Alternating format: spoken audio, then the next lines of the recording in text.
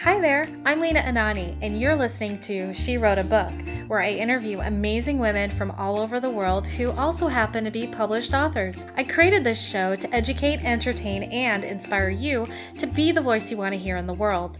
Now let's get started. You are listening to episode number 92 of She Wrote a Book, and today I'm interviewing Sheri Durricks, author of the book The Many Faces of Domestic Violence, A Woman's Guide from Trauma to Triumph. This book will encourage the reader to own her power, take back her freedom, and give herself permission to live and love again. You will learn how to break deep-rooted patterns of shame, fear, and isolation. Sheri is a change agent who has assisted women of all cultures for over 20 years. In addition, she is certified in domestic violence and sexual assault specialist. Her mission is to help empower women from all cultural spectrums. Again, her book is called The Many Faces of Domestic Violence, A Woman's Guide from Trauma to Triumph. You can find the link to purchase her book in our show notes for this episode at SheWroteABook.com/92. So, Sheri, it's such a pleasure to have you as a guest today. My first question for you is this: what inspired you to write and publish this book? Actually, I was inspired because I was actually a victim of domestic violence. So that was really my passion. And I'm also a therapist. And many of my clients were victims of domestic violence also. So, it's your background, it's your experience. You've been through this. What made you decide I want to take my experience and turn it into a book? What was your big vision for that? Well, I felt like I wanted to use my voice. And I wanted people to know that there is life after a trauma, after a tragedy in your life, that you don't have to stay where you are, that you can begin again. And because of what I've been through, and there were so many changes that I was actively taking in my life, I wanted to share it with other women so that they can be empowered and understand that they can also do that too. Although I was a victim, I decided one day I wasn't going to no longer live my life as a victim, and I was going to do some things with myself. And I started redefining who I am, using my voice, empowering myself. And once I became empowered, I wanted to empower other women. Awesome. I'm glad you did. How's the journey been going for you so far as getting your book out into the hands of women who need it most, or what's been um, what's been their reaction to your book? I've had people who read it and they're asking me now, we want more, is what I'm hearing. We want more. When are you going to come out with the next? Some have told me that they've read the book, they couldn't put the book down, that um, they never thought that they could read something like this that would really help them. Because I've had some individuals that would tell me, you know what, when I was going through this, I didn't have anybody to tell me this. So that's what I think that is the significance of having this book, is that there are so many people that don't know what to do. And usually victims of domestic violence, they isolate themselves because of shame, because of guilt, and just because of the control that the perpetrator has upon them. So a lot of times they don't even want to talk about it. They isolate from their friends. So I thought it would be a good opportunity to use my voice and allow other people to know you have a voice. You can speak up. You can speak out. You can let people know what you've been through. You don't have to feel down. You don't have to feel ashamed. And you can triumph over this. And as I said, have a victorious life. You bring up a good point that a lot of people feel ashamed to share their voice after going through something like this. Why do you think that is? Where does that shame come from? Um, you don't always, from my perspective, and just clients that I have always counseled, a lot of times you feel a lot of guilt, like it's your fault, like it's something that you did wrong, something's wrong with you. And that's the thing I think that holds people back. Then there's a stigma that's attached to domestic violence where people like, what did you do to do that? So it's so many different stigmas that is attached to victims of domestic violence. So a lot of times you're scared to come out. For me, I'm a girl that is in college, in church. There's no way I would ever want anybody to know what I was going through. It was like my own dirty little secret. I'm in church, I'm in Bible study. I was well known, very popular. And a lot of times you find people that have titles, they're in high positions, high places of authority. That's a place they don't want to be vulnerable in. They don't want anybody to know that I am a victim, that I've experienced something like that, that I'm actually being broken down, that I'm actually feeling like I'm being diminished on the inside because I'm in, because you feel guilty about it. You feel ashamed about it. You don't want anybody to know. And then what do you think it takes for someone to move past that shame? For me, I just began to think about where I was and the place that I was in, Leanne. It was so dark. And I could not take living in that place of isolation, that place of feeling like I cannot move forward, keeping it to myself. And I just moved forward by saying, listen, I need to address some things. I need to come out of this. It was just me waking up saying, I have to do something about this now. I wanted to change. I didn't no longer want to be in that. And I started telling different friends. I started opening up, letting people know what I was going through, where I was in the process of it, and I wanted to come out. And I think support is really a big thing because isolation is a big part that a lot of people who are victims, whether it's men or women, they experience it and they don't want anybody to know. But I began to open up because I needed support. I needed people to help me.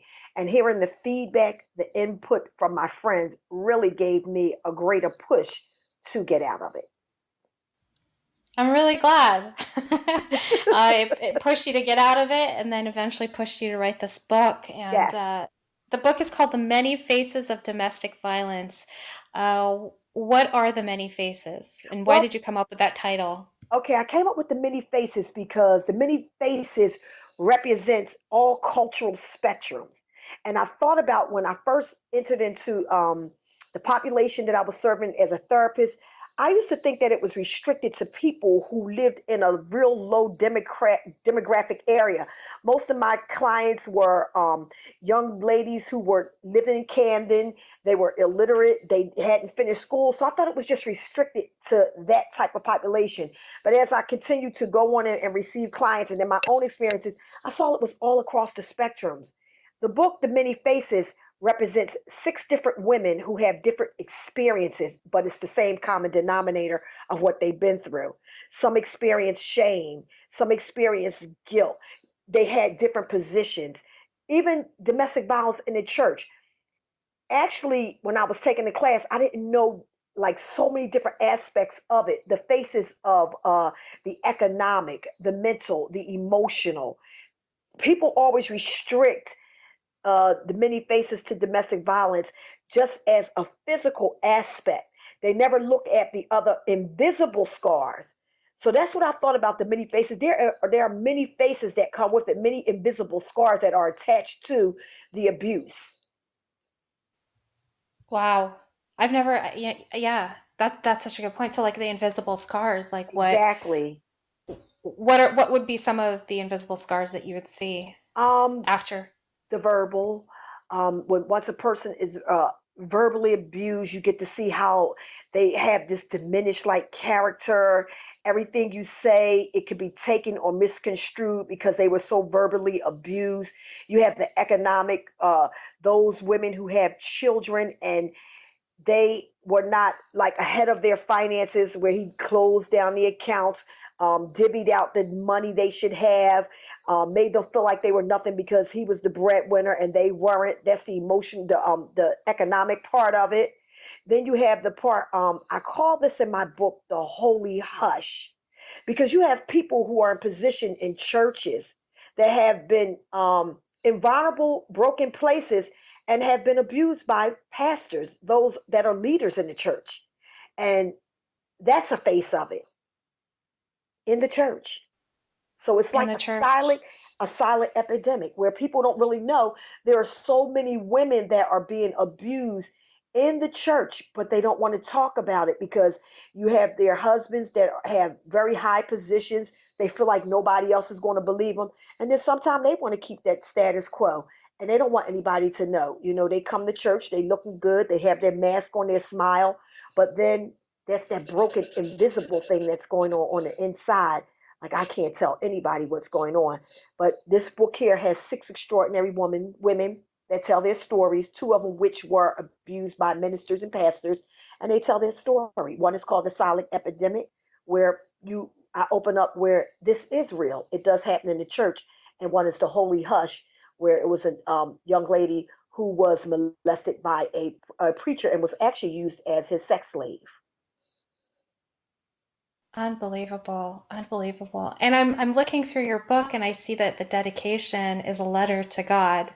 Yes. And and what I want to point out here is that even though that you've witnessed this awful, awful experience that's happening in churches, your faith hasn't been shaken or wavered. Can you tell me a little bit more about that? How you didn't like you see that, people and the authority figures in church are taking advantage, but then you still have your strong connection.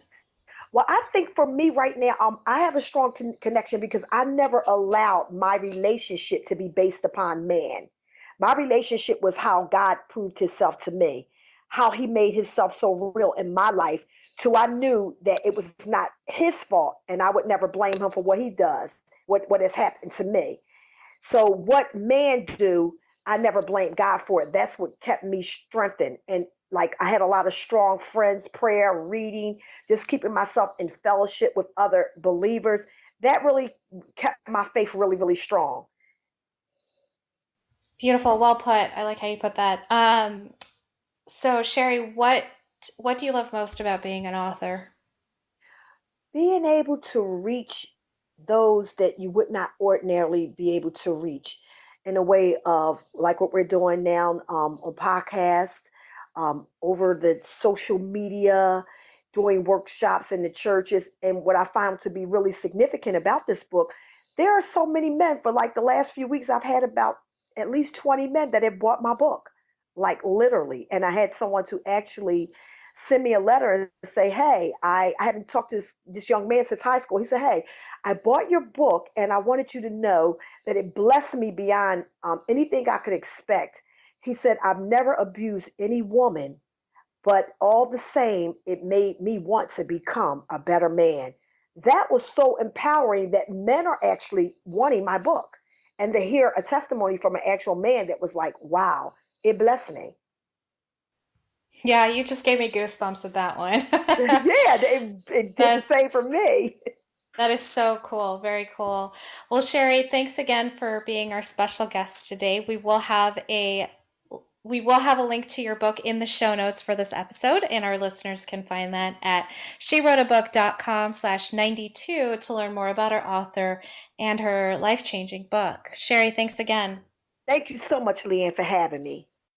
Thank you for listening to She Wrote a Book. If you enjoyed this episode, then subscribe now so you can automatically get access to all new episodes, and feel free to share your inspired thoughts with us in the comments too. I'd love to hear from you.